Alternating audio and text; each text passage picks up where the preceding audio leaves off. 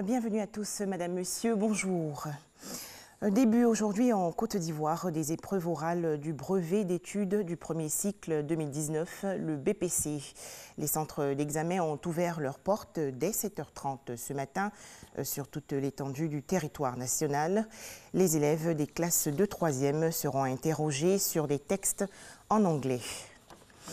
Direction Genève en Suisse, ouverture hier de la 108e conférence internationale du travail. Objectif, adopter les normes en matière de travail, d'emploi et de protection sociale, tout en déterminant les grandes orientations et principes devant gouverner le monde du travail. La Côte d'Ivoire est représentée par son vice-président Daniel Cablan-Duncan.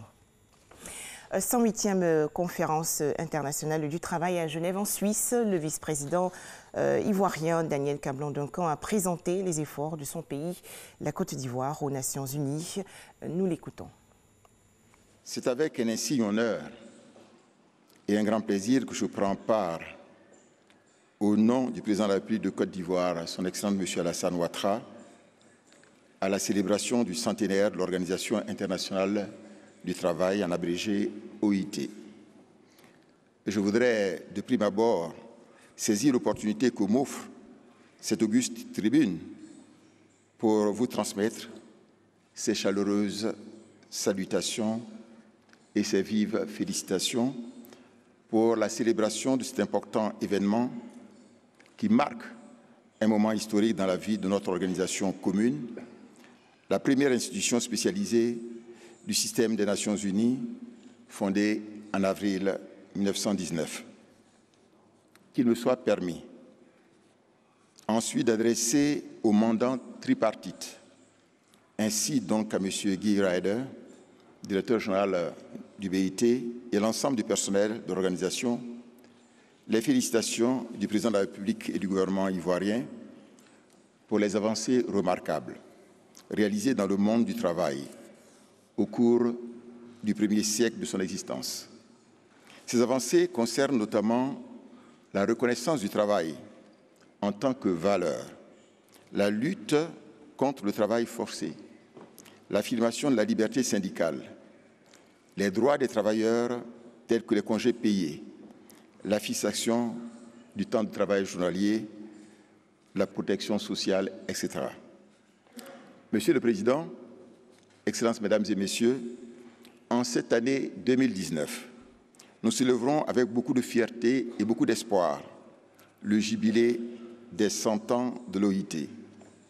Cette organisation unique dans le monde, par la structuration tripartite, accompagne les pays membres pour assurer un environnement du travail décent et de meilleures conditions de vie. En effet, avec l'OIT, nous avons parcouru du chemin. Nous avons travaillé à construire un monde du travail dont nous pouvons être plus que fiers aujourd'hui.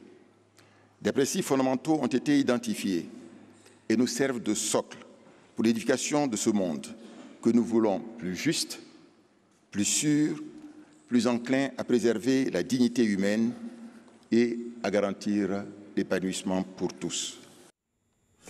Retour en Côte d'Ivoire, l'excellence a été célébrée récemment dans la commune du Plateau par l'organisation non gouvernementale interafricaine de communication et sondage.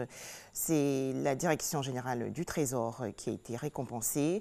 Cette structure a reçu 3 prix. Il récompense sur le plan régional et national la bonne gestion et les performances de la Direction générale du Trésor au titre de l'année 2018-2019. Le Mali sous le choc. Le gouvernement malien a affirmé hier lundi la mort de 95 personnes dans l'attaque d'un village d'Ogon du centre du pays. Les autorités maliennes font également état de 19 villageois portés disparus. Elles soupçonnent que l'attaque a été menée par des terroristes. En République démocratique du Congo, la classe politique s'indigne après qu'une enquête ait affirmé qu'une entreprise israélienne de renseignement privé aurait passé de longs mois à espionner les responsables de l'opposition, et cela à la demande du président d'alors, Joseph Kabila. Enfin, au Royaume-Uni, début aujourd'hui de la campagne pour le poste de chef du Parti conservateur britannique. 10 candidats en lice. Ils ont officiellement déposé hier leur candidature. Le successeur de la première ministre Theresa May sera choisi d'ici fin juillet 2019. Voilà, je vous retrouve à 13 h. Ce sera le journal.